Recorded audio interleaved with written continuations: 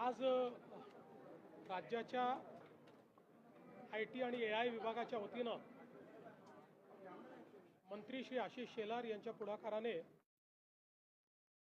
महाटेक CSR conclave हा आयोजित करण्यात आला। मोठ्या प्रमाणात टेक कंपनीज आणि इतर CSR पार्टनर्स सोबत जवळपास 150 कोटी रुपयाचे करार या ठिकाणी करण्यात आलेले आहेत।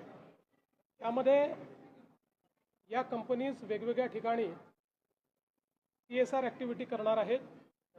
मुळात आपल्याकडे सर्वात जास्त CSR महाराष्ट्रात येतो, पण गेले अनेक वर्ष तो केवळ MMR रिजन आणि PMR रिजन यात जास्तीत जास्त खर्च होतो।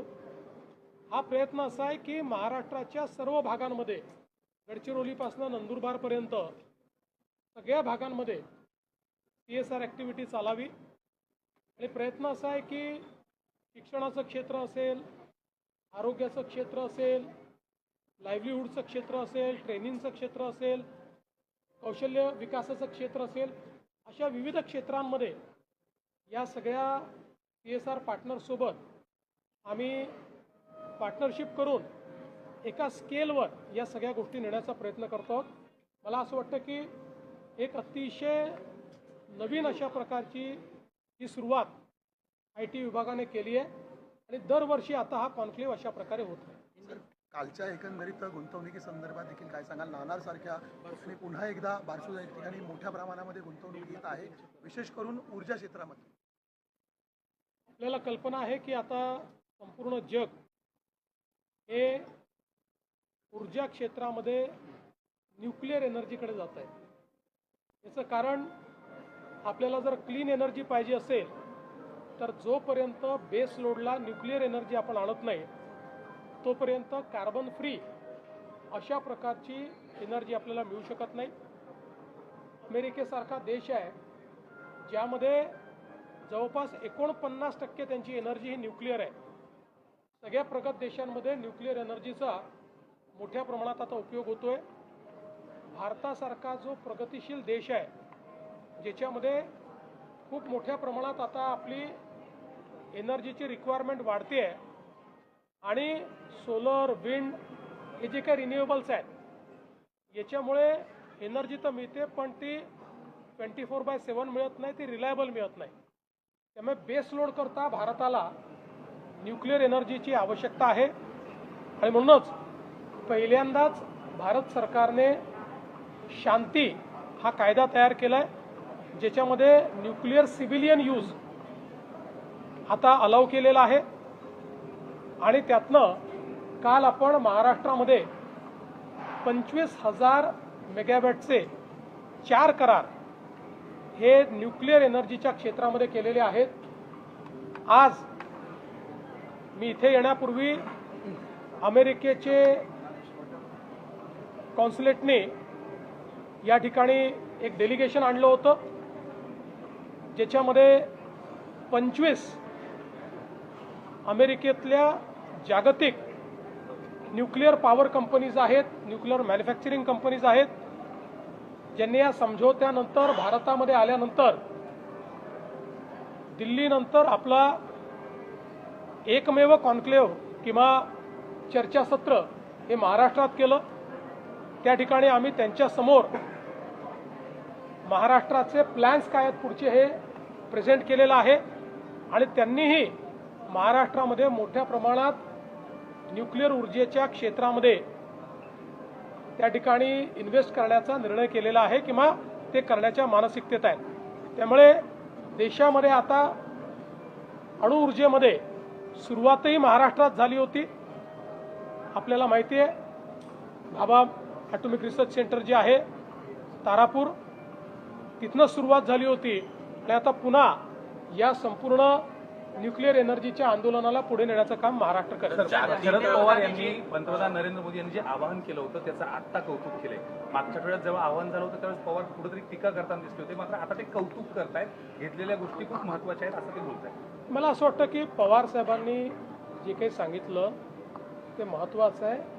ज्यावेळी अनेक लोक माननीय प्रधानमंत्री मोदी परदेशात का गेले आणि मग तिकडे काय होत आहे अशी टीका करत होते.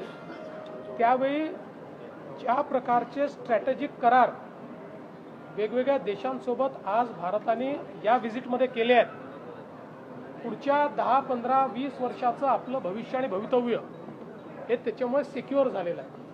आणि म्हणूनच पवारसाहेबांनी हे सांगितलं की विनाकारण टीका करू नका. प्रधानमंत्री परदेशात जाऊन देशाच्या हिताचं काम करतायत, त्यामुळे त्याच्यावर टीका करणं हे योग्य होणार पण नाही. सर, राहुल गांधी मात्र पंतप्रधान नरेंद्र मोदी असेल किंवा अमित शहावरती अपशब्द वापरताना पाहायला मिळते. त्यांनी आज म्हटलं की गद्दार आहेत हे दोघे जण असं. मला असं वाटतं, मागच्या वेळेस मी सांगितलं होतं, पवारसाहेबांना फार राग आला. ते म्हणाले की मुख्यमंत्र्यांनी असे शब्द वापरू नये. पण मी पुन्हा सांगतो, हा रिजेक्टेड माल आहे. सर, दुसऱ्या बाजूला राज्य सरकारनं घेतलेल्या निर्णयांपैकी 92% निर्णय हे प्रत्यक्षात अंमलात आलेले आहेत अशी सुद्धा एक आकडेवारी समोर आली आहे. 1.5 वर्षाच्या कारभाराच्या संदर्भात हा सगळा डेटा समोर आला. निश्चितपणे आम्ही आमच्या मंत्रिमंडळापुढे राज्य सरकारने घेतलेल्या निर्णयांची किती अंमलबजावणी झाली या संदर्भात ॲक्शन घेतलं आणि प्रत्येक विभागाने जे काही निर्णय घेतलेले आहेत त्या निर्णयाच्या संदर्भात त्यांनी प्रेझेंटेशन केलं. त्यात 92% निर्णय हे पूर्णपणे कार्यान्वित झाले. 8% निर्णय असे आहेत की ज्यातले काही निर्णय हे राज्यपालांकडे किंवा राष्ट्रपतींकडे प्रलंबित आहेत, ते कायद्याच्या स्वरूपात आहेत. आणि काही निर्णय हे 2, 3, 4 डिपार्टमेंट्स इन्व्हॉल्व असल्यामुळे त्याचं अजून कार्य चाललेलं आहे. पण एकूण प्रगती जी आहे ती चांगली आहे. स्थानिक स्वराज्य संस्थांच्या निवडणुकांमध्ये भाजपची सगळीकडे ताकद वाढली आहे. हीच जर ताकद बघितली तर येत्या काळात म्हणजे 16 जागा आहेत, तेवढाच मोठा भाऊचा वाटा तिथं मिळेल. कारण ज्या पद्धतीनं समन्वयाच्या बैठका सुरू झाल्या, अनेक जण दावा करतायत. सगळे आमचा प्रयत्न असा आहे की तिन्ही पक्षांनी एकत्रित बसून याचा निर्णय आम्ही करावा. आणि निश्चितपणे मला असं वाटतं की वेगवेगळ्या निकषांवर आम्ही चर्चा करतो आहोत आणि या निवडणुकांमध्ये या सगळ्या जागांवर आम्ही तिघही एकत्रितच गेलो पाहिजे असा आमचा प्रयत्न असतो. सर, मराठवाड्यामध्ये अनेक ठिकाणी पेट्रोल डिझेल मिळताना दिसत नाही आहे. अनेक ठिकाणी कुठेतरी कमी पेट्रोल डिझेल देत आहेत. याकडे कशा प्रकारे याला लागून काही ठिकाणी खर्च आणि याचा देखील तुटवडा म्हणजे जाणीवपूर्वक दिसतोय किंवा काही ठिकाणी तुटवडा. मी आपल्याला एक सांगू इच्छितो, वारंवार केंद्र सरकारने सांगितलेलं आहे की पेट्रोल डिझेलचा स्ट्रॅटेजिक साठा आमच्याकडे आहे, त्याचा सप्लाय देखील योग्य प्रमाणात होतोय. पण विनाकारण जेव्हा पॅनिक तयार होतो आणि पॅनिक तयार झाल्यानंतर आपलं सप्लाय चेन कशी असते, आपली supply chain he over the years he evolve झालेली सप्लाय चेन असते. त्यामुळे एखाद्या पेट्रोल पंपावर किंवा एखाद्या एरियात, एखाद्या तालुक्यात वर्षानुवर्ष महिन्याला किती पेट्रोल लागतं, दिवसाला किती पेट्रोल लागतं, याच्या आधारावर सप्लाय चेन तयार झाली असते. आणि मग अचानक जेव्हा अफवांवर आधारित लोक जास्त पेट्रोल भरणं सुरू करतात त्यावेळी ती सप्लाय चेन डिस्टर्ब होते. याचा अर्थ साठा कमी असं नाही आहे. तर अशा प्रकारच्या पॅनिकने, उदाहरणादाखल आपल्याला माहिती आहे की एखाद्या बँकेमध्ये जर लोकांनी एकाच दिवशी पैसे काढणं सुरू केलं तर ती बँक पैसे देऊ शकत नाही, कारण त्यांचे पैसे डिप्लॉयड असतात. तशीच परिस्थिती आहे. मी लोकांना विनंती करतो, जागतिक परिस्थिती वाईट असतानाही आपण आपली सप्लाय चेन चांगली ठेवलेली आहे. पण आपण जर पॅनिक बाईंग केलं तर ती सप्लाय चेन नीट राहू शकणार नाही, त्या डिस्रप्शन्स येतील.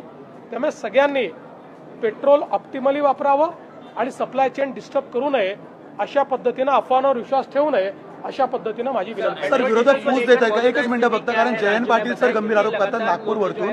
त्यांचं म्हणणं आहे की सर, नागपूरमध्ये पोलिसांना डिझेलच नव्हतं म्हणून एका गुन्ह्यामध्ये शोध घेता आला नाहीये आणि ते बोलतात की आता डबल इंजिन सरकारमधलं तेल संपलंय का? असं आहे, कुठेही पोलिसांच्या पेट्रोल डिझेलवर कमतरता नाही.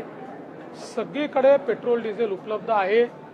एक घटना जरूर नागपूरमध्ये समोर आली आहे की ज्याच्यामध्ये पेट्रोल डिझेल असताना देखील एका पोलिसांनी अतिशय इररिस्पॉन्सिबल अशा प्रकारचं उत्तर दिलेलं आहे, त्याच्यावर कारवाई केलेली आहे. पेट्रोल डीजल को लेकर सर मौजूदा स्थिति क्या है राज्य में, लोगों के बीच में जो पैनिक क्रिएट हो रहा है उसको लेकर क्या कहेंगे?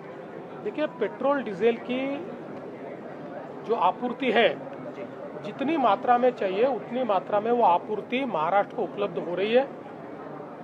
केवल अफवाहों के कारण जो पैनिक तैयार होता है उससे सप्लाई चेन डिसरप्ट होती है, क्योंकि वर्षों के अनुभव से सप्लाई चेन तैयार होती है। जो हम लोग स्टोरेजेस तैयार करते हैं वो भी वर्षों के अनुभव से करते हैं। एक तालुके में कितना पेट्रोल लगता है, कितना डीजल लगता है, इसके आधार पर ही वहाँ पर स्टोरेज की व्यवस्था होती है। और अचानक अफवाहों पर विश्वास रख के लोग जब लाइन लगाकर आवश्यकता से ज़्यादा पेट्रोल डीजल भरना चालू करते हैं और पेट्रोल डीजल को अपने आप पर स्टॉक करना चालू करते हैं, ऐसे समय फिर ये सप्लाई चेन डिस्टर्ब होती है और इससे आपूर्ति में कमी तैयार होती है। जैसे अगर एक ही समय किसी बैंक से सारे लोग पैसे निकालने का प्रयास करें तो उस बैंक के पास उतनी लिक्विडिटी हो नहीं सकती, क्योंकि bank liquidity over the years हर महीने में हर दिन में कितनी लगती है उसके आधार पर ही रखती है। इसी प्रकार से मुझे ये लगता है कि पैनिक करने की आवश्यकता नहीं है। ये ज़रूर है कि हम लोगों को ग्लोबल परिस्थिति को, वैश्विक परिस्थिति को देखकर अपने पेट्रोल डीजल के उपयोग पर कुछ बंधन लाने की आवश्यकता है, उसका ऑप्टिमल इस्तेमाल करने की आवश्यकता है। लेकिन हमारे प्रधानमंत्री जी ने जिस प्रकार से सप्लाई चेन को यहाँ पर एक प्रकार से हमारे लिए रेगुलेट करके रखा है, हमारे लिए उस सप्लाई चेन को कहीं पर भी उसमें डिसरप्शन न हो, इस प्रकार की व्यवस्था की है, हम बहुत ज़्यादा उनका आभार व्यक्त करते हैं। सर, प्रधानमंत्री